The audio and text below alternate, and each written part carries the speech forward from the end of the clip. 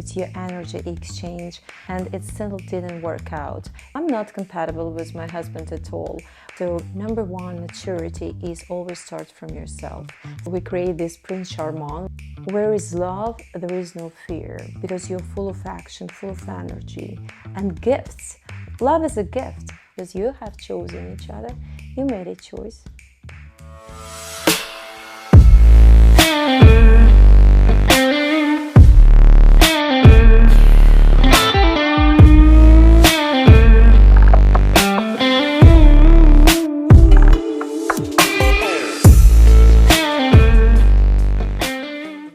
Iryna, hello. Today I have a ready question for you. How do you decide if you're dating, marrying the right person? I think you can't decide about it. I think you should feel if you're dating or marrying the right person. If this person is the only one for you, and you should be definitely in love with this person. Otherwise, what's the purpose of marriage or having a relationship? How can someone tell the difference between emotional chemistry and true compatibility? It's interesting while you're using the term emotional chemistry, because usually when you think about chemistry, it's sexual chemistry. It's your energy exchange and the idea that you're attracted sexually to the other person. But still, if you use it that way, emotional chemistry, probably we are all attracted through shared traumas. That's how we meet in this life, to work it out, to work out our qualities, to cover our pains, to heal ourselves with the help and the guidance of the other person. Sometimes when we meet the other person, unfortunately, we make it worse. It means we didn't learn our karmic lesson and we didn't proceed truly in life. But if we would say about still emotional chemistry, as you mentioned it, and true compatibility, I think that you're compatible when you want to be, because I dealt with so many couples in my counseling career, and I've seen people who visually were so appealing and they looked very compatible, or they came from two good families, or they have been neighbors, or they have been doing the same business, they had even shared values or same visions, and it still didn't work out. If you are with a good person, doesn't mean you would love this person and this person would love you back. And if this person looks like could work out for you because you're similar, or you came from the same mentality, nationality, region, city, profession, etc., doesn't mean anything as well. I think compatibility, if you want to be compatible, if you're willing to do things for this person. I'm not compatible with my husband at all. Worst case scenario, I said I would date Gemini, and I do, and I'm truly, honestly happy wife with him. So my anti-scenario became my happy life scenario. So never reject anything, because it would become your reality. And in a good way, or sometimes bad way, universe will teach you the lesson. In my case, I take my words back. I'm a happy woman with Gemini. That was never ever zodiac sign for me. And my husband, for example, he's waking up very late. I'm waking up very early. I'm an early bird. He's a night owl. We're different. We have different age um, because we have 25 years apart. He's American, I'm Ukrainian. Um, he loves football. I do too, but I don't understand anything in American football, for example. We have different states. He doesn't eat fish. I do. I don't love meat that much. He does. So we have so many things that make us so different, but we still love each other. So when you're deeply, truly, mutually, respectfully in love with each other, 100%, you make each other compatible, believe me. How important is emotional maturity when choosing a life partner, and how can we recognize it in ourselves and others? That's a very good question, because I do believe that every person we meet through life is a mirror. They say that the whole universe is you in different perspectives.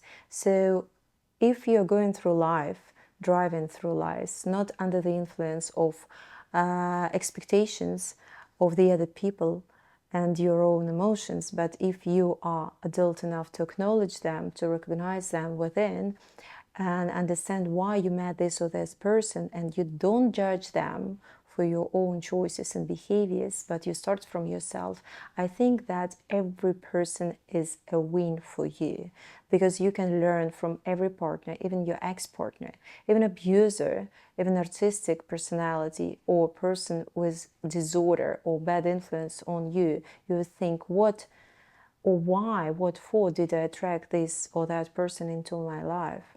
What I can learn.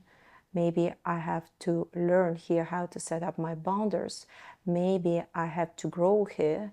Maybe this person had great habits and I would love to implement them in my life. So there is always something good, because every coin in life has two sides, and every relationship and every person has two sides for you. So number one, maturity is always start from yourself. Second, acknowledge your emotions, deep dive, and this is why I created Iryna AI, that helps you to realize your emotions within Gemini and Me app, because it doesn't give you any advices. It's not providing you any kind of direct guidance. It asks you the right questions so you can work on your emotions and find all answers hidden within.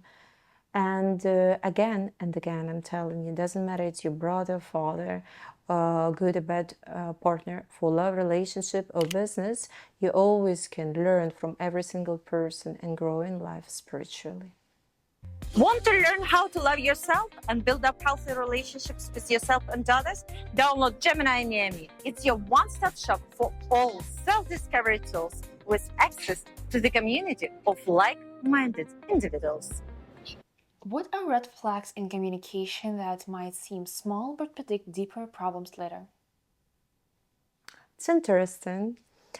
You caught me. I don't have a direct answer, because I think you can predict the future.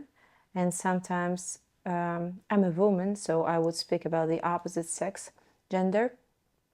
The guy could look so confident, so decision making, so generous on the first date, and with a lot of charisma.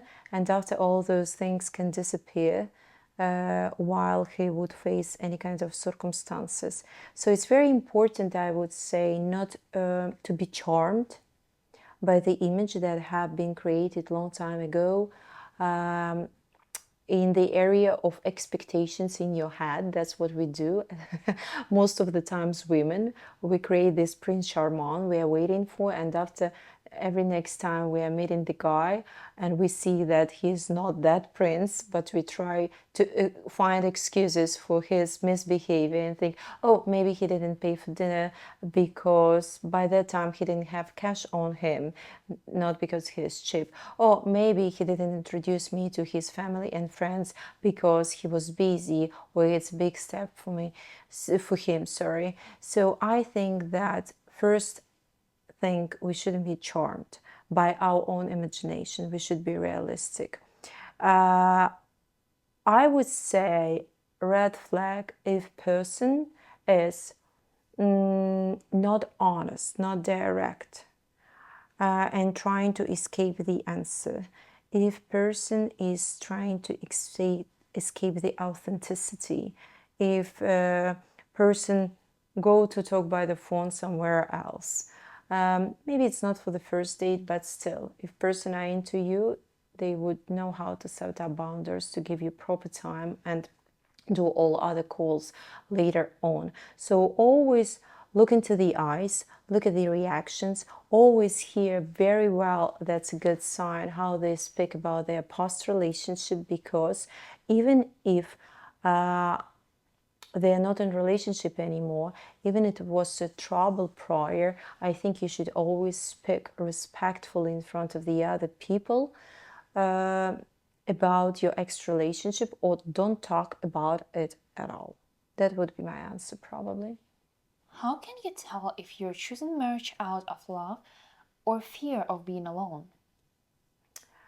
There is a very good saying which I love very much, and I always say to my clients in one-on-one counseling: where is love, there is no fear. Where is fear, there is no love.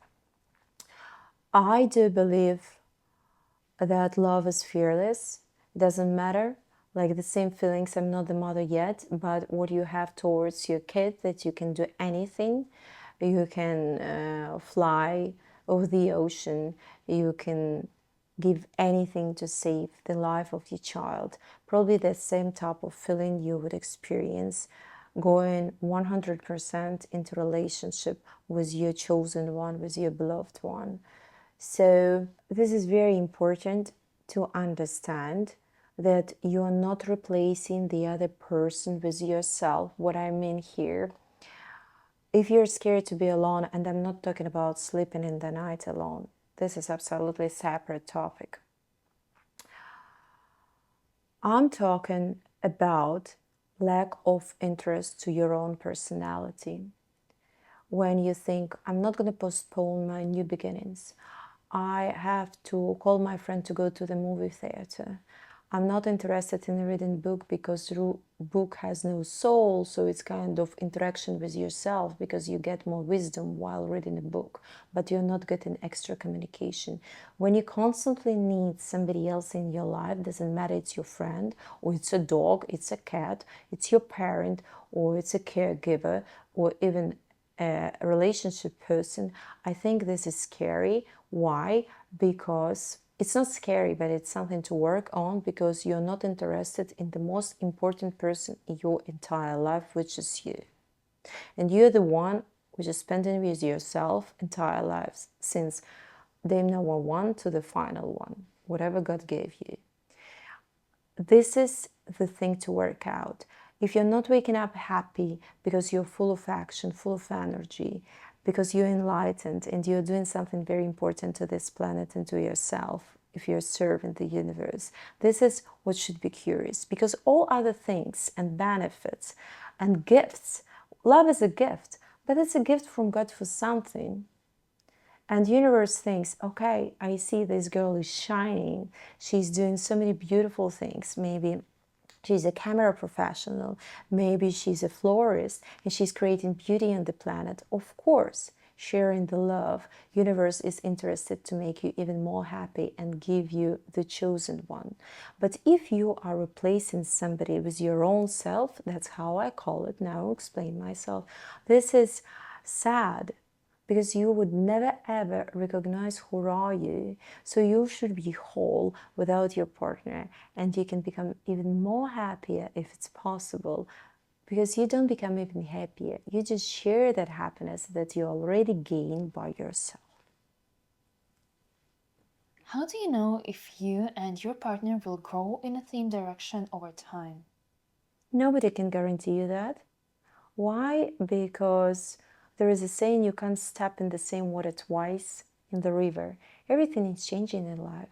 Life is a flow of energy, events, circumstances, people. It's turnover.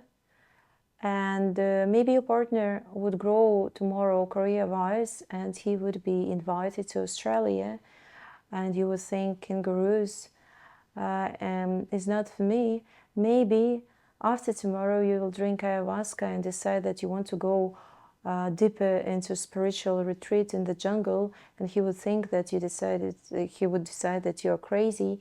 So there is no guarantee that your life experience, meeting other people and facing challenges in life, because trial are changing people, love is changing people, success is changing people, money is changing people. They're not changing, they are shown who they truly are. Because if you know who you are, you would never change. That's the thing. If you have zero expectations, incorrect expectations about your partner, if you truly know whom you're dating or sharing life with, and this person would never ever change, if they get extra education, extra job, extra money, extra career opportunity, whatever, anything extra would never change them, or anything minus as well. Sometimes people get depressed when they lose money, or their job status. So people are related to all those things. They think, I'm my job, I'm my kids, I'm my parents, I'm my marital status, which is not. And only the person who they know who they are, with or without clothes, with or without money, with or without status. Only them are unchangeable and truly themselves. So if you're sharing the life, including yourself with that type of person, you're a lucky one. And then you can be 100% confident because you have chosen each other. You made a choice.